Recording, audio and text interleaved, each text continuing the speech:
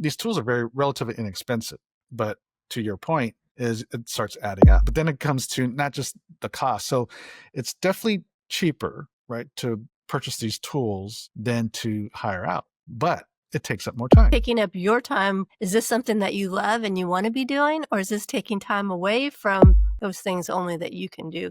And as far as the subscriptions, how many people do we know that have all these subscriptions and they don't even know what they have and don't even use the majority of them, and they just pay the monthly fee every month? Keep track when I'm reviewing our financials is to, look at tech creep and the expenses because it's easier to get on a free trial, right? And then you don't really pay attention and it goes from free to paid. These tools are very relatively inexpensive by itself, but they do start to add up. But it's not just the cost that's adding up, but it's how much time it's taking up on your day. Thriving in Tandem. It's a podcast for you, the married entrepreneur that wants to win in business and marriage at the same time. Welcome to Thriving in Tandem. Hey, Thriving in Tandem family, welcome back. Hi, you guys. And did you know, honey, there's over 10,000 AI tools out there. Did you count them each one by one? No, I just Googled it. I figured that. I actually had ChatGPT tell me. That's what I was waiting for you to tell me. So I had my AI You're just tool. messing with it. Okay, I want to know. No, I did research. I did further research. I never rely strictly on chat. So I actually asked it to give me the reference. So then I can research it and make sure it's valid. But yeah, and I'm sure. That's good to know because it's probably not something I would be Googling myself. Well, because in preparation for this episode, because the conversation today is tech helping us or hurting us? I mean, there's all these tools out there, especially for business owners, right? There's all these tools out there. A lot of it, most of it, if not all of it by now, anything tech related, the majority of it at least has some AI back end. There's some AI built into it. I mean, everything from your social media to pretty much all the apps that are created. Of course, even we're recording on Riverside FM, which has been our tool of choice for recording podcasts. And they have AI built in to help with the audio, with the editing. It can even enhance the audio. If we don't sound great, it'll make us sound like we're in studio just with the click of a button. Have you noticed all these people putting AI pictures up of themselves? Yeah. So even in our shorts, our YouTube or Instagram shorts, there's usually some B-roll in there that's AI generated. And I got to tell you, it's getting better and much better all the time. And all these tools are obviously supposed to help us. It's supposed to make our job a little bit easier, our life a little bit easier, get more done, do it better, get it done faster.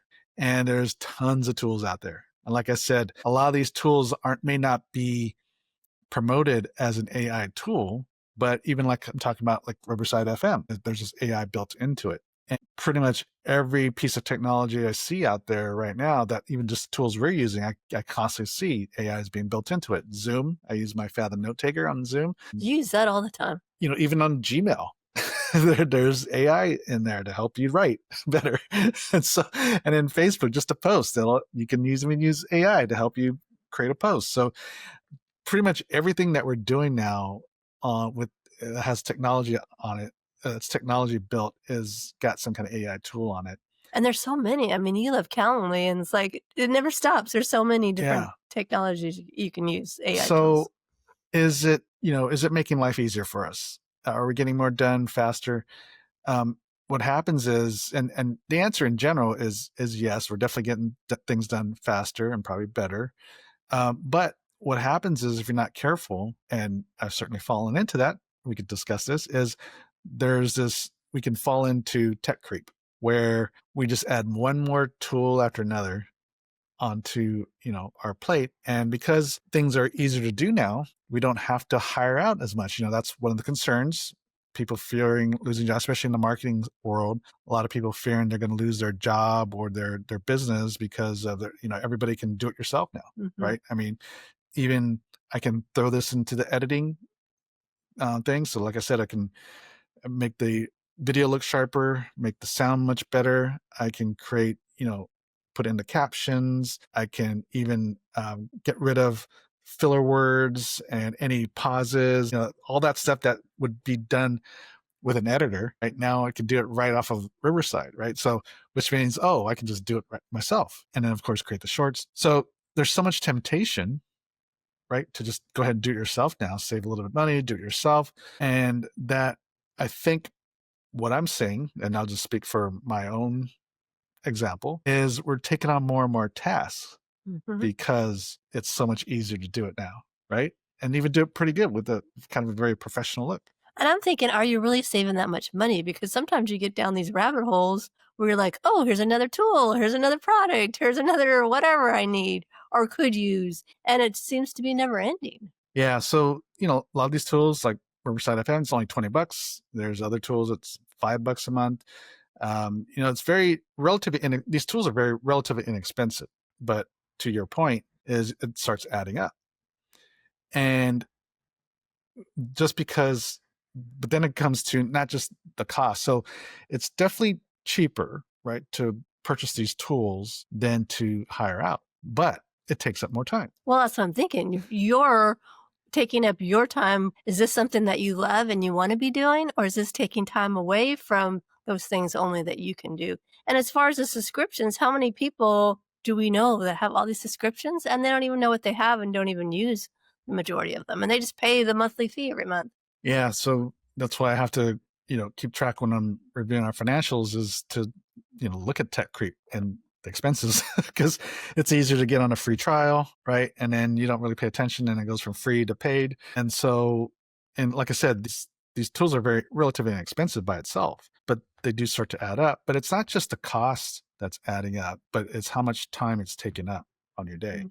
Certainly I could still, like I said, I can edit the podcast, edit the video for YouTube and all that stuff. And I could certainly do that because the tools make it a lot much easier than that. But still, it still takes time because like for those that are just solely relying on the AI tool, like just say for example, to create the YouTube videos and just pop it on YouTube.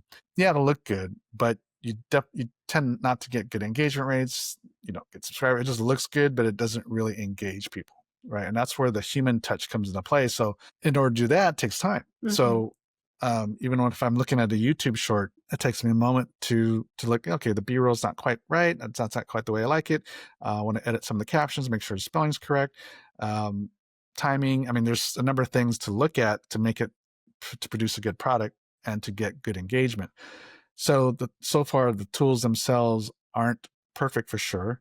They definitely help, but you still need the human touch to make it really good and make it really engaging, which means it's going to take time. Mhm. So have you kept track of how much time you're putting into these different things? So yeah, for like the shorts and stuff, it takes me basically an hour to do 3 shorts, right? To upload the video. So I'll upload this video onto Opus, and then that itself takes a lot of time. But usually when it's uploading, I'm doing something else. And then I come back and then I have it create, bunch of shorts, based on whatever keywords I'm targeting. That takes a little bit of moment. I go do some work, come back, and then to actually go through the editing, pick the 3 shorts that I want, and then edit those from start to finish. It takes about an hour.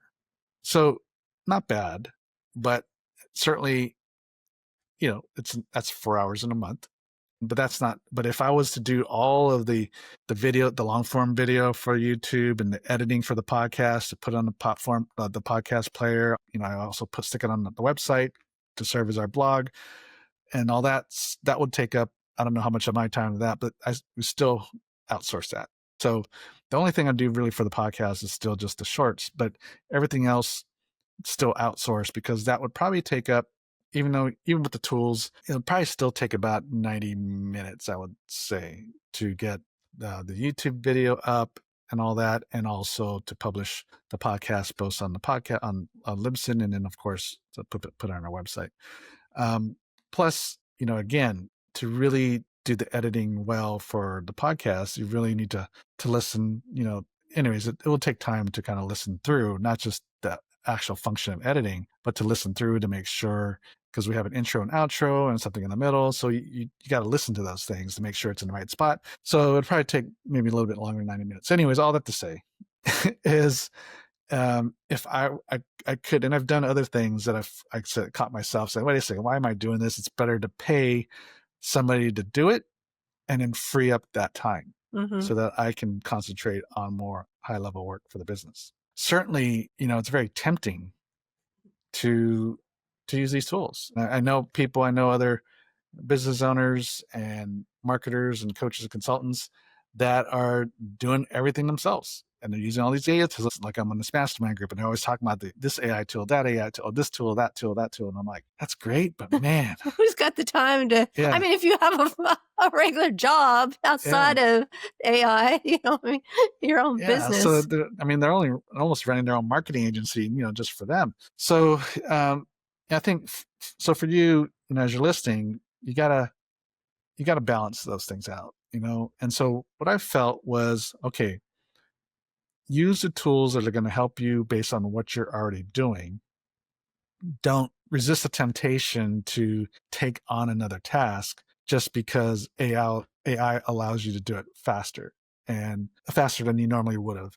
And oh, all of a sudden I can do this, Mhm. right? And so the temptation is, I can save money by not hiring somebody to do this, but to do it myself, the DIYer. And that's a dangerous place to go into because that's the exact opposite thing we want for you, for all our clients, including ourselves, is we want to take task off our plate, not add to the plate, right? And it's easy to justify, oh, it doesn't take very long. But just like even with the subscription costs, it doesn't take a lot of time in itself. But when you take on one more task and another task and another task, and you keep adding those up, it actually ends up taking up a lot of time that you don't even know because it's what we call a tech creep, right? Yeah, because it just keeps adding up and piling up, and it's taking time away from your zone of genius, Yeah. the things that only you can do and to push the company forward, or business. Yeah. So AI tools aside, it's still best to still hire out outsources or whatever, delegate it within your teams than to try and take it on yourself.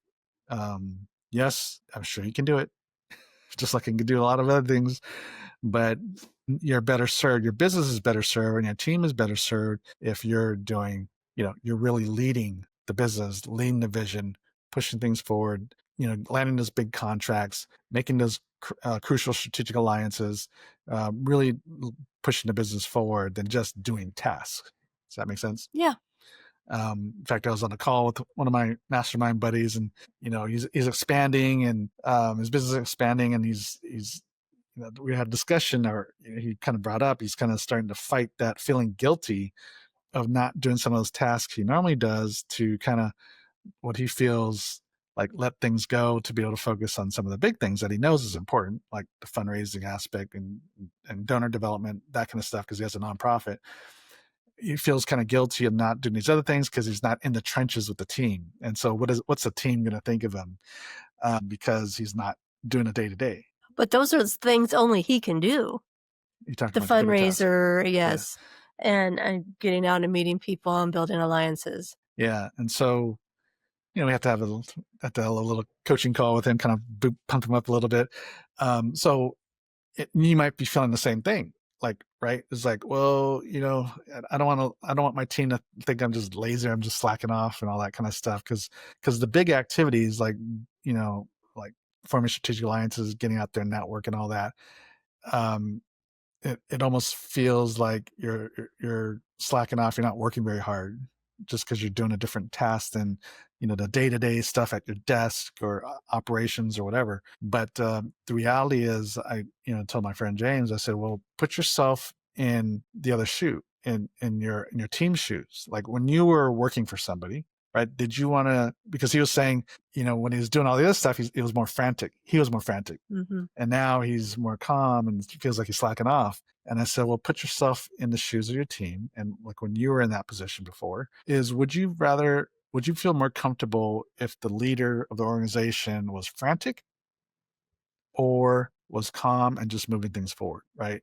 And so, he said, yeah, you definitely want to be under a leader that is just more calm, Mhm. right? And is moving things forward, is calm, not so much in that frantic pace or just frantically doing a bunch of stuff. Because once you get someone frantic, especially the owner, it all trickles down and everybody else is in a panic and a frantic and not knowing what's going on, and, but when you're peaceful, it seems to just calm everybody else down. And the other thing to look at too is when you hire these people, you're hiring the right people for the right position, of course. They don't wanna be micromanaged. They just wanna be told what to do and you give them the job. and they run with it. They love that. Yeah, that enjoyed the added responsibilities and acknowledgement of the added responsibilities. And definitely you want to be under a leader that is moving forward with, yeah, with peace and grace, right? When you're frantic, it definitely sets the tone of the culture of the organization. So then everybody's going to do it like you said. So And the culture just does not feel comfortable because then the clients, the people you're serving, they all feel all that as well. yeah. So, how do you decide, what tools, the technology to use? And so, as I said earlier, it's like use the tools that will help you do what you're already doing anyway, and but resist the temptation to take on other tasks because there's a tool that helps you do it better or faster, right? Than if you didn't have the tool. Make sure you just get it to your team. Have your team do it or hire out. Even still, hire an assistant if you don't already have one, or some administrator, and have them use some of these tools. Right? Probably maybe go through audit, what the team's already doing, and say, okay, what tools can we purchase that will help someone else's job be better, right? So just don't think about it for yourself, but just look at the team and say, okay, there are definitely tools out there that we can use, but don't take it for yourself. Maybe another team member that's doing that task or should be doing that task that you should take off your plate, maybe give it to them and have them use the tool. Well, and I think that would be good conversation starters for your team. Like, what are kind of tools are out there? What might we be able to access and utilize, and who would like to do that? Yeah. And so, for me, I just use a kind of basic, but of course I've talked about this before. I use calendar system, right? So whenever someone wants to make an appointment, or even on our website, just Calendly's right there, has access to our calendar. They can book whatever opening. I can even have it a fee. If there's a coaching or consulting feature, when we do pricing and profit analysis, the calendar and the fees or the payment portal is already there. So they pick a date and time that fits, and then it pops up, hey, pay. Once they pay, then that is scheduled. They get the Zoom link and all that. Streamlines so many things, right? So this is things that we'd be doing anyway, but obviously it takes the whole back and forth communication of scheduling calls and sending them the link to pay and all that stuff. Just takes that off our plate. Right. So that definitely is useful. That's something I'll be doing anyway. And then, of course, on Zoom, they have that AI note taker. So it's great for when we have our client meetings, Mhm. right? Because I get the recap, get the summary, but also get the transcripts. And they like it as well because they're Yeah. like, "Oh my gosh, we went back and looked at it. It was so helpful." And, if some of the transcripts aren't quite clear or the summaries, you can actually listen to that actual section in the video because it's also recorded. And it'll bullet point it for you if you don't want to read the whole discussion. Yeah, and to even help it even help the note taker even further, or actually what I've done, like, because I'm on a couple boards and I'm secretary of one board I'm on, and so what I'll do is I'll take the video recording, because for some reason I'm not in control of that meeting. So for some reason my note taker does not get, I don't know, something happens. Anyways, my note taker doesn't pop on that Zoom call. So I just say, okay, let me record it, on Zoom. I can get the video recording. I actually upload it into here on Riverside. Oh, I upload it to Riverside because Riverside will take a recording, right? Like our podcast episode right now, and it creates transcripts. So I pop it in there so I can get the transcripts, and then I throw it into ChatGPT, and I give ChatGPT the agenda of our board meeting and what are some of the motions that we have to approve approve and all that. So I make sure this, summarize the transcripts according to the agenda items, and then I tell it to make sure you note when we have to approve a motion and who approved, who seconded, and all that kind of stuff. Right. So I give them all the details that I need for an accurate meeting minutes. And then I throw the transcripts in, and then it summarizes it into well, that's based on going to the agenda. organize it really well. So if you need to find the certain amendments, not amendments, what do you call it? Meeting minutes. No, when you guys agree on Oh, things, yeah, motions to. the motions, you can have all that in one place. So you don't have to read like 20 pages worth of meetings. Oh, no, we don't. Well, I never have, like. I mean, the notes aren't never super long or anything like that, but it is, it's in order of the agenda, and it just yeah, it just makes sure we take note of all the important stuff and all that stuff. So anyways, things like that obviously helps out because it definitely helps you organize things and puts it into place a lot faster. Because before, the old way of doing minutes is you're literally just writing or typing out whatever, and some of it's important, some of it's not, whatever. But anyways, this just I don't have to worry about taking literal minutes. I just get the recording and I just have Nice. chat help me out. Mm. so anyways, so that's a task that I'm in charge of anyway. So of course AI definitely helps. I mean, it's so much faster. It takes me very little time. I mean, the longest it takes me is just the upload time of the video into Riverside, but after that it's super easy. Anyways, that's an example of utilizing tools to help streamline and get things done faster and even probably more accurately than you normally would. But again, resisting the temptation to take on more tasks, because that's where tech can be a hindrance, because you're tempted to do more, which is what we are against. Right? It's about working smarter, not harder, not taking on more tasks, actually offloading tasks so that you can have better work-life balance, right? Yes, because sometimes with the tech, you can get into a rabbit hole where this leads to another thing, to another thing, another thing, and probably some people probably think it's fascinating, and they can spend a whole I day. mean, it is. I mean, I get into it. I mean, I do kind of have fun when I'm editing those shorts. I think it's the joy of completion and having a finished product, and it's done pretty quick, right? So, when you take some of the important tasks, if I'm creating content, or I did have to do some email scripts and stuff like that, or I'm creating a workbook or something like that, right? That takes time, and it's not usually done in a day.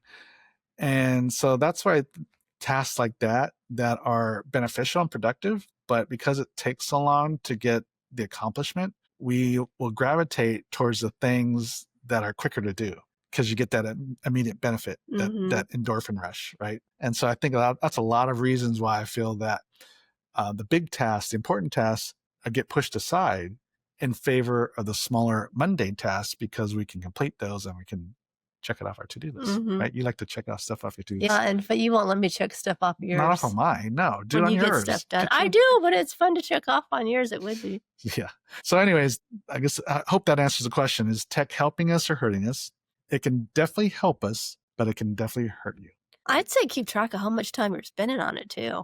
Yeah. Because you might think, like, social media, I'm just going to get on for 5 minutes, and 10 hours later, Yeah, for sure. Still on it. So thank you for listening. I hope this helps. Again, beware of tech creep. Yes, technology is great. AI is great, but definitely use it in, what do you call that? It's just like you drink in moderation. So use tech in moderation and don't let it take over your life. But go ahead and share this with another married entrepreneur who needs to hear this. And we would love a great review from you as well on YouTube, or subscribe on YouTube, or subscribe on your podcast player, and we'd love a review as well. So anyways, until next week, God bless. Thank you for listening to the Thriving in Tandem podcast. Please visit our website, marriedentrepreneur.co, for a variety of free resources to help your marriage and business succeed. And feel free to leave us a review and share this episode with another married entrepreneur. That would mean so much to us. See you next week.